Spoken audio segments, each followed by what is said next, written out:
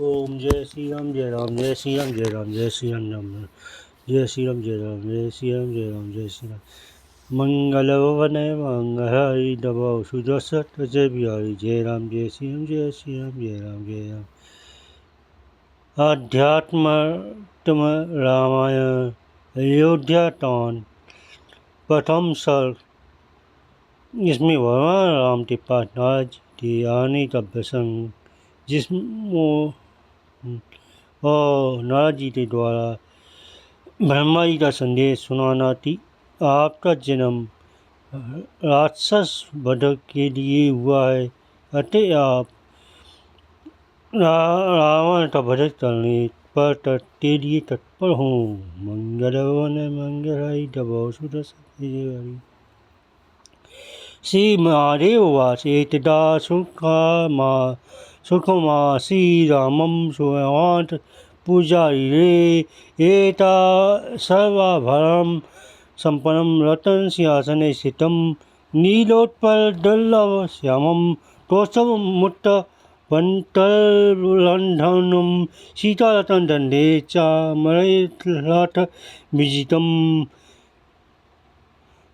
विनोदयत ताम्बूलचलं चर्वणादिभारात् नारदोद्भट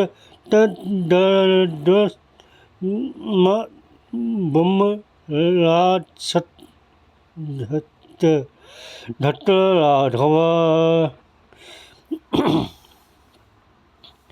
श्री महादेव जी बोले, हे पार्वती जी, एक दिन जब सब अलंकार विभूषित से श्री रामचंद्र जी अपने अंतःपुर के आंगन में रत्न सिंहासन पर सुखपूर्वक बैठे हुए थे, जिस समय नीलोत्पल दल श्याम कौस्तुभमणि मंडित उन रघुनाथ जी पर श्री सीता जी रतन दंड चवल धुला रही थी और वे आधा पूर्वक दिए हुए तांबूल चवन आदि से आनंदित हो रहे थे। उसी समय उन्हें देखने के देव ऋषि नारद जी आकाश से उतरे।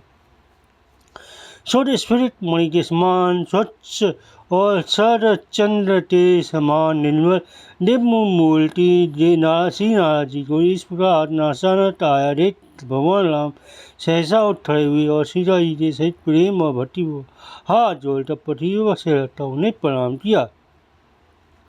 हे भगवान राम ने परम प्रीतिपूर्वक नारद जी से कहे, मुनि से हम जैसे विशासत संसारी मनुष्य के लिए आपका दर्शन दुर्लभ है।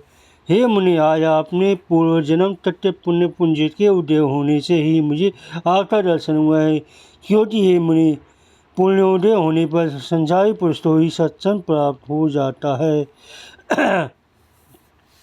अतः हे मुनीश्वर, आपके दर्शन से मैं तृप्त हो गया।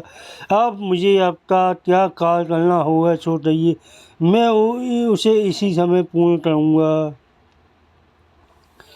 तब नारद जी ने भट्टवत्सल भगवान राम से कहा, हे राम, आप सामान्य मनुष्य से इन वाक्यों से मुझे क्यों मोहित कर रहे हैं। हे आपने जो कहा कि मैं संसारी सो ठीक है, क्योंकि संपूर्ण संसार जो आदि कारण वह माया आती रहेंगी। हे प्रभु, आती सन्निधि मात्र से ही उस माया से ब्रह्मा आदि सब प्रजा उत्पन्न होती है। वह सत्व रज तमोमयी ते गुणात्मिका माया सदा अत्याशित होकर ही भासमान होती है तथा स्वधर्मानुरूप शुक्ल रोहित और कृष्ण वर्ण प्रजा उत्पन्न करती है। स्त्रीलोटी रूप मात्र है कि आप ध्वस्त कहे गए हैं। आप भगवान विष्णु हैं और जानकी जी लक्ष्मी जी हैं। आप शिव और जानकी जी पार्वती, ब्रह्मा और जानकी जी सरस्वती हैं तथा आप सूर्यदेव और जानकी जी प्रभा हैं। आप चंद्रमा हैं और शुभ लक्षण जानकी जी सीता जी रोहिणी हैं। आप इंद्र और सीता पुलोम कन्या सची हैं तथा आप अन्नी हैं और सीता जी स्वाहा हैं। हे प्रभु, आप सबके काल लूप यम और सीता संयमनी है। हे जनन, आप नेत्री और जानकी तामसी है। हे राम, आप वरुण है और शुभ लक्षण जानती जी बहु कन्या बाणोणी है। आप वायु हैं सीता जी, जल सदा डरती हैं। हे राम आप कुबेर सीता जी, उनकी सब संपत्ति हैं। तरह आप रोट संहार काली रुद्र और सीता जी रुद्राणी चिल्लाती हैं। हे यादव ईशान्य समानसा में जो पुरुष भाषा है वह सब आप और स्त्री भाषा सब सी जानती जी हैं। हटे भेदे त्रिलोकी में आप दोनों से अतिरिक्त कुछ भी नहीं है। आप ही के आवाज से बदत हुआ ज्ञान अव्यक्ता तट कहलाता। उसने महत्व तत्व से सूतात्मक हिलने हुए गर्भ और सूतात्मा से सर्वात्मक लिंग देह उत्पन्न होता है। अहंकार बुद्धि 5 प्राण और 10 इंद्रिय इनके समूह को ही प्रज्ञा जन जन्म मृत्यु सुख दुख आदि ब्रह्मों वाला लिंग देह बताते हैं। वह लिंग देह विवानी चेतना हवा सही जैत में तन्मय हुआ जीव नामजित विख्यात है। अनिर्वचनीय और नारी अविद्या ही इस जीवती कारण उपाधि कही जाती है। शुद्ध चेतनती स्थूल सूक्ष्म और कारण ये तीनों उपाधियाँ हैं। इन उपाधियों से युक्त होने से यह जीव चिल्लाता, इनसे रहित होने से परमेश्वर कहा जाता है। हे रघु से ज़्यादा स्वप्न की ऐसे जो तीनों पुरानी सृष्टि है उससे आप विलक्षण और उससे चेतन मात्र साक्षी। यह सपूर्ण जगत आप ही से उत्पन्न हुआ है, आप ही के इसमें स्थित है और आप ही में लीन होता है। इसलिए आप ही सबके कारण है। रज्जु में सर्प भ्रम के समान आपने तो जीव मानने से मनुष्य तो भय होता है, पर वही जब वह समझ लेता है कि मैं परमात्मा हूँ तो संपूर्ण भय और दुखों से छूट जाता है। तो चिन्मात्र ज्योति स्वरूप आप ही सबके सही में स्थित होकर उनकी बुद्धियों को प्रकाशित करना है। इसलिए आप ही सबकी आत्मा है। रज्जु में सर्प भ्रम के समान अज्ञान से आप में संपूर्ण दृष्टि कल्पना की जाती है। सो आपका ज्ञान होने से वह सब लीन हो जाती है। सुतरा मनुष्य तो सदा ज्ञान का अभ्यास करना चाहिए। आठवें चरण कमनोटी भक्ति से युक्त पुरुषों को क्रम से ध्यान की प्राप्ति होती है। अतः जो पुरुष आती भक्ति से युक्त वे ही वास्तव में मुक्ति के पात्र हैं। मैं आते भट्टों के भट्ट और उनके भी भट्टों को दास हूँ।